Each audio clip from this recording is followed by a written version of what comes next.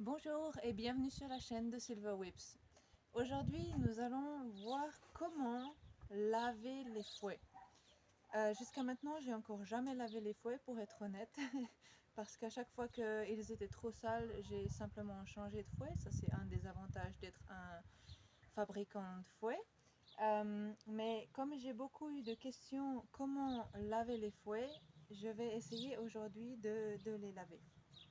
Donc j'ai une petite brosse, une grosse brosse, une bouteille de savon.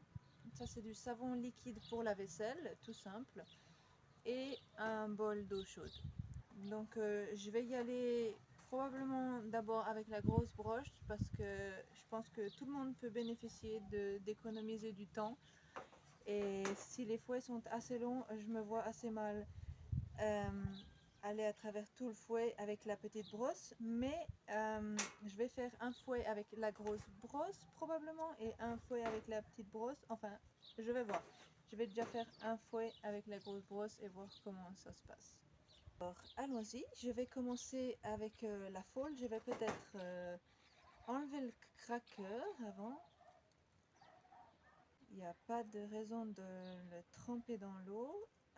Parce que un des craqueurs est à changer, l'autre non. Alors, voilà.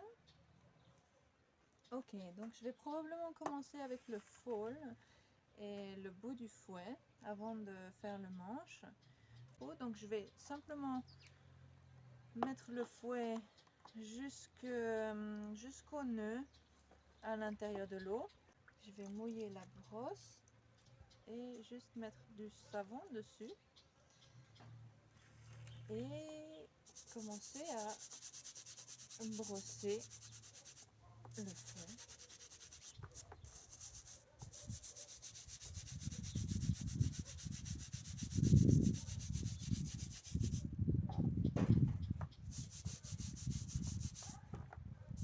On a eu de la chance ces derniers jours parce qu'il a fait très beau et très chaud et il va faire comme ça pour les 2 prochains jours. Donc c'est pour ça que je vais profiter de faire ça maintenant parce qu'il est très important que le fouet sèche très bien avant de le réutiliser.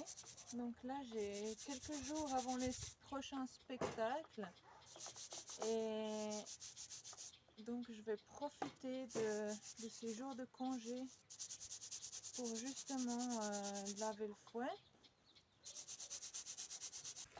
Je crois que je peux vraiment voir la différence avec comment ils étaient avant. Ça fait plaisir de voir la différence.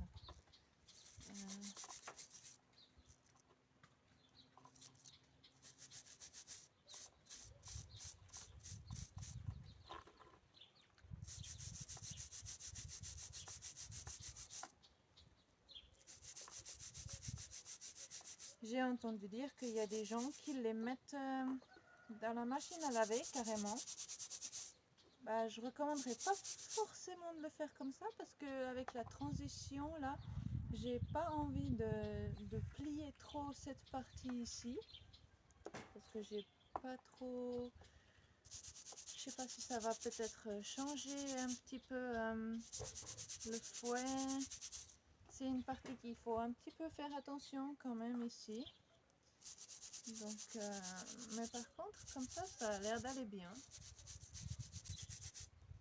Après, je recommande bien sûr de demander à la personne qui a réalisé vos fouets si c'est ok de les laver parce que chaque artisan a des méthodes différentes et des matériaux différents.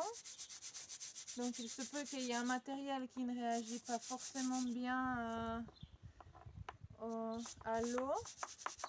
Moi j'ai moi-même du scotch sportif, donc celui en tissu à l'intérieur du fouet. Encore une fois, c'est une expérimentation. Mais je pense que ça devrait aller. Sinon, bien sûr, il y a le moyen de prendre la petite brosse et de faire ça un peu plus délicatement. Mais on va voir le résultat, comment ça se passe.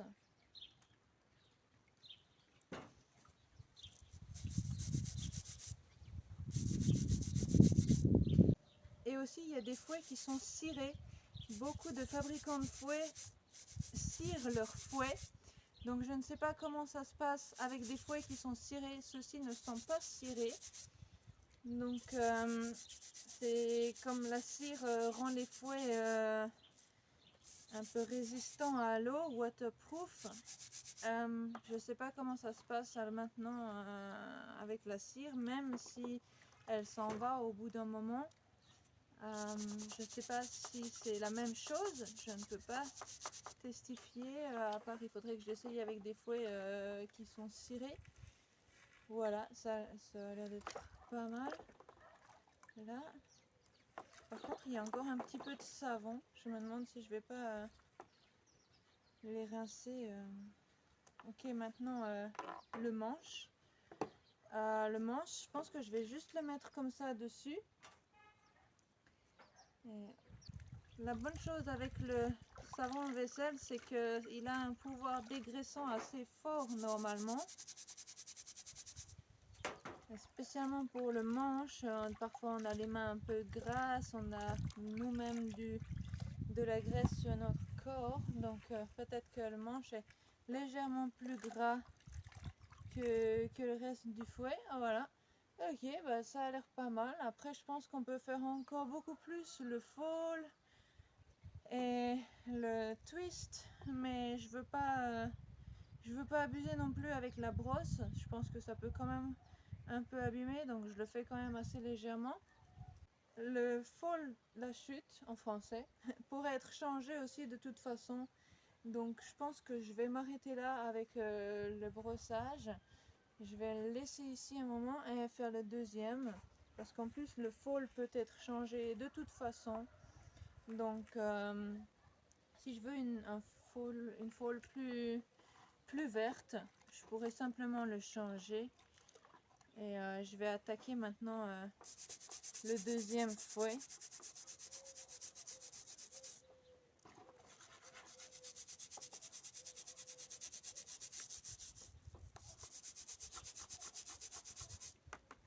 Donc d'après la couleur de l'eau, c'est sûr que ça a fait quelque chose, hein. Idéalement, là maintenant, je prends la chute dans la main comme ça et je la brosse avec juste en la tenant dans la main, donc c'est pas très agréable, mais idéalement, vous voulez avoir une surface où vous pouvez faire ça. Moi je la fais pas parce que sur la table, là, la table est pas forcément très propre en ce moment. Donc j'ai pas trop envie de mettre la fall mouillée sur la table qui a pris un peu la poussière de l'extérieur. Mais en même temps, il y a un bon point positif, c'est que vous n'allez pas trop fort parce que vu que vous avez la main, et ben instinctivement, vu que ça va faire un peu mal si vous brossez comme ça très fort, et ben vous n'allez pas brosser trop fort et vous n'allez pas risquer d'endommager votre fouet trop. Surtout le fall c'est une partie que j'éviterais peut-être de brosser trop quand même parce que c'est la partie qui reçoit beaucoup de coups à la fin du fouet avec le cracker. Le cracker on le change assez souvent, mais le fall non. Et donc on va essayer d'éviter de le fragiliser. Mais bien entendu c'est aussi une des parties qui est la plus sale parce que c'est la partie qui passe sur le sol à chaque fois. Donc ça va être une des parties qu'on voudra bien sûr laver, mais il faut avoir un bon mélange entre trop et pas assez. Donc essayons de le rendre propre sans trop l'abîmer.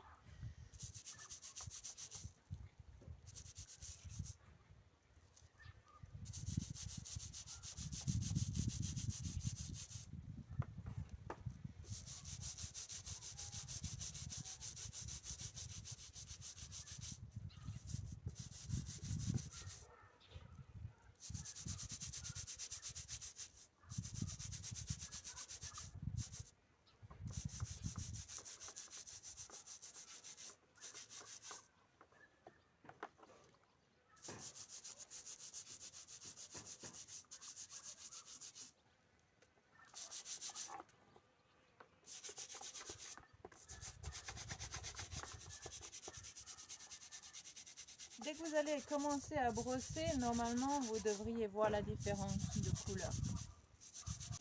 Maintenant, pour voir comment ils vont réagir une fois qu'ils seront secs. Est-ce qu'ils seront plus rigides ou est-ce qu'ils seront plus mous ou est-ce que ça va pas du tout changer? J'ai un ami qui a nettoyé ses fouets et qui m'a demandé comment les nettoyer, donc je lui ai proposé de faire ça avec de l'eau et du savon comme je le fais ici. Et ce qui s'est passé, en fait, ce que j'avais pas prévu, c'est que c'était un fouet blanc et donc il avait le nœud ici blanc et dessous les nœuds je mets du cuir, c'était du cuir noir et je sais pas si ça se passe comme ça avec tout le cuir noir, mais ce qui s'est passé avec ce cuir noir, c'est que ça a déteint, le noir a déteint sur le nœud blanc.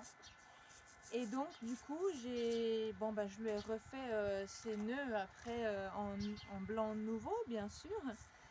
Mais après maintenant ce que je change, c'est que si je fais un fouet blanc, alors le nœud blanc, dessous je mettrai du cuir blanc. Pour que si jamais la personne le nettoie, ça ne va pas se reproduire.